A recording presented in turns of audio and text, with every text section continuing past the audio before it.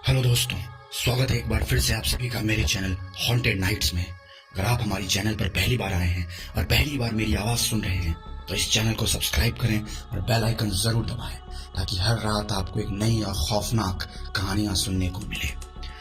दोस्तों, आज की ये कहानी प्रतीक नाम के लड़के की है। जी हाँ दोस्तों, प्रतीक एक सोलो बाइक राइडर है और उसके साथ क्या हुआ आज की इस कहानी में हम जानने वाले हैं। पर उससे पहले दोस्तों, अगर आप चाहते हैं कि आपकी कहानी को मैं अपनी आवाज़ दूं तो आप मुझे इंस्टाग्राम पर फॉलो कर सकते हैं। मेरी आईडी है प्रतीक झा 2021। तो बढ़ते हैं अपनी कहानी की तरफ। हेलो दोस्तों, मेरा नाम प्रतीक मिश्रा है। मैं वेस्ट बंगाल के गांव में रहता हूँ। मैं भी इंजीनियरिंग का ट्रेनिंग कर रहा हूँ और साथ ही में मैं एक सोलो बाइक राइडर भी हूँ। मैं अक्सर छुट्टियों के दिन या फिर वीकेंड पे अपनी बाइक लेकर लॉन्ग राइड पे चला जाता हूँ। एक दिन मेरे साथ कुछ ऐसी घटना घटी जिसे आज भी सोचता हूँ तो मेरे शरीर की रूह तक कांप जाती है। दोस्तों, आज से 2 साल पहले की बात है। मैं अपनी बाइक लेकर कोलकाता लॉन्ग राइड पे गया था। रास्ता 3 दिन का था, इसलिए मुझे पहले से ही होटल बुक करनी पड़ती थी। एक बार रास्ते में मुझे बहुत भूख लगी थी, इसलिए मैंने अपनी बाइक को साइड में पार्क किया और पास में नाश्ते की दुकान पे जाके 2 वड़ा पाव खा लिया। बाद में मैंने अपनी ट्रैवलिंग की शुरुआत कर दी। दोस्तों, शाम होते ही मेरा पेट बिगड़ने लगा। मैं होटल पे जा सकूं इतना भी समय नहीं था, इसलिए मैंने अपने पास के वॉशरूम पे एंड यूज का उपयोग किया।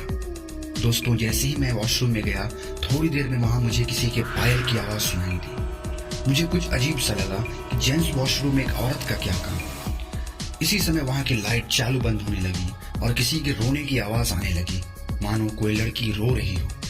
मैं तो डर के मारे कांपने लगा। मेरे शरीर के रोंगटे खड़े हो गए। मैंने जोर से आवाज लगाई, कौन है जो यह मजाक कर रहा है? बाहर निकल, तुझे छोड़ूंगा नहीं। थोड़ी देर बाद वहां सब ठीक हो गया।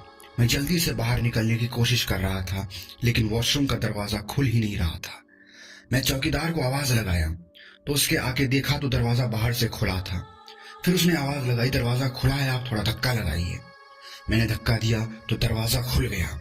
मैं पैसे देकर बाहर निकल ही रहा था कि फिर से मेरा पेट खराब होने लगा। पर मुझे वापस उस खतरनाक वॉशरूम में नहीं जाना था, लेकिन मेरे पास और कोई चारा भी तो नहीं था। इस बार लगभग 2-3 मिनट हुई होगी कि वापस से लाइट चालू बंद होने लगी और वापस किसी लड़की के हंसने की आवाज भी आने लगी। मुझे काफी डर लग रहा था। मैं जल्दी से अपना काम समेट कर बाहर निकलने की कोशिश करने लगा, लेकिन वहां से उठ नहीं पा रहा था। मुझे ऐसा लग रहा था कि मुझ पर कोई बैठ गया हो और मैं अपनी पूरी ताकत लगा के खड़ा हो गया और दरवाजा खोल के बाहर निकल गया।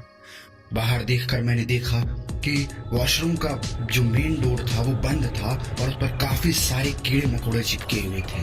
काफी गंदे और सड़े हुए कीड़े मकोड़े थे वो। यह सारा खौफनाक दृश्य देखकर मेरे तो मानो प्राण ही निकल गए और मानो ऐसा महसूस होने लगा कि मैं बहुत ज्यादा वीक और डर चुका हूँ। मैंने जोर जोर से आवाज लगाई और जोर जोर से रोने लगा। और वहां पे काफी अंधेरा भी था और काफी अजीब सी स्मेल, काफी बहुत भद्दी दुर्गंध आ रही थी। दोस्तों, मुझे लगा कि यहाँ से मैं बाहर निकल पाऊंगा या नहीं। उसी वक्त मेरे सामने एक बड़ी बाल, बड़ी आंखें वाली लड़की, जो कि जिसकी आंखें पूरी की पूरी लाल थी और जिसके दांत भी नहीं थे और जिसका चेहरा पूरी तरीके से गला जला और सड़ा हुआ था, वो मुझे देखकर रो रही थी और कभी हंस रही थी। दोस्तों, उसे देखकर मेरे तो होश ही उड़ गए। मैं तुरंत ही दरवाजे की ओर दौड़ा, लेकिन घबराहट की वजह से मेरे पैर फिसल गए और नीचे फर्श पर गिर गया। पायल की आवाज कर रही वो भयानक औरत मेरी तरफ आ रही थी। मुझे देखकर लगा कि आज मेरी जिंदगी का आखिरी दिन है, अब मैं बचने वाला नहीं हूँ। थोड़ी देर में वो औरत मेरे पास आकर बैठ गई और मुझे जानवर की तरह सूंघने लगी। दोस्तों, मुझे अपनी मौत साफ दिखाई दे रही थी। दोस्तों, मैं हिल तक नहीं पा रहा था। मेरा मानो पैरालिसिस हो गया था मुझे और जोर जोर से दरवाजे को हिलाने लगा। थोड़ी देर तक में दरवाजा टूट गया और मैं बाहर निकल गया। जब मेरी नजर बाहर खड़े लोगों के सामने पड़ी तो मैंने देखा कि मेरे सामने लोग मुझे ऐसे देख रहे हैं कि जैसे मैं कोई पागल खाने से भाग आया हूँ। लोग मुझे यहाँ तक बोलने लगे कि पागल है क्या, पी के आया है क्या। तभी वहां पर एक खड़े आदमी ने मुझसे पूछा कि भाई, तुम वहां अंदर क्या कर रहे थे? मैंने कहा, भाई मैं कोई अंदर घूमने नहीं गया था, बल्कि टॉयलेट करने के लिए गया था। मेरी बात सुनकर उस भाई ने मुझसे कहा, तुम जरा पीछे मुड़कर तो देखो। मैंने जब उस आदमी की बात सुनी और पीछे मुड़कर देखा तो मेरे तो होश ही उड़ गए। वहां कोई शौचालय नहीं था, कोई वॉशरूम नहीं था, बल्कि एक पुराना टूटा फूटा खंडहर था।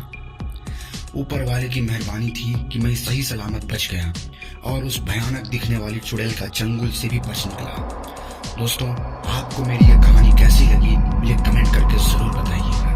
और दोस्तों, अभी तक आपने मुझे इंस्टाग्राम पर फॉलो नहीं किया है तो इंस्टाग्राम पर भी फॉलो कर लीजिएगा, लिंक आपको डिस्क्रिप्शन बॉक्स में मिल जाएगा। तब तक मिलेंगे अपनी अगली कहानी में।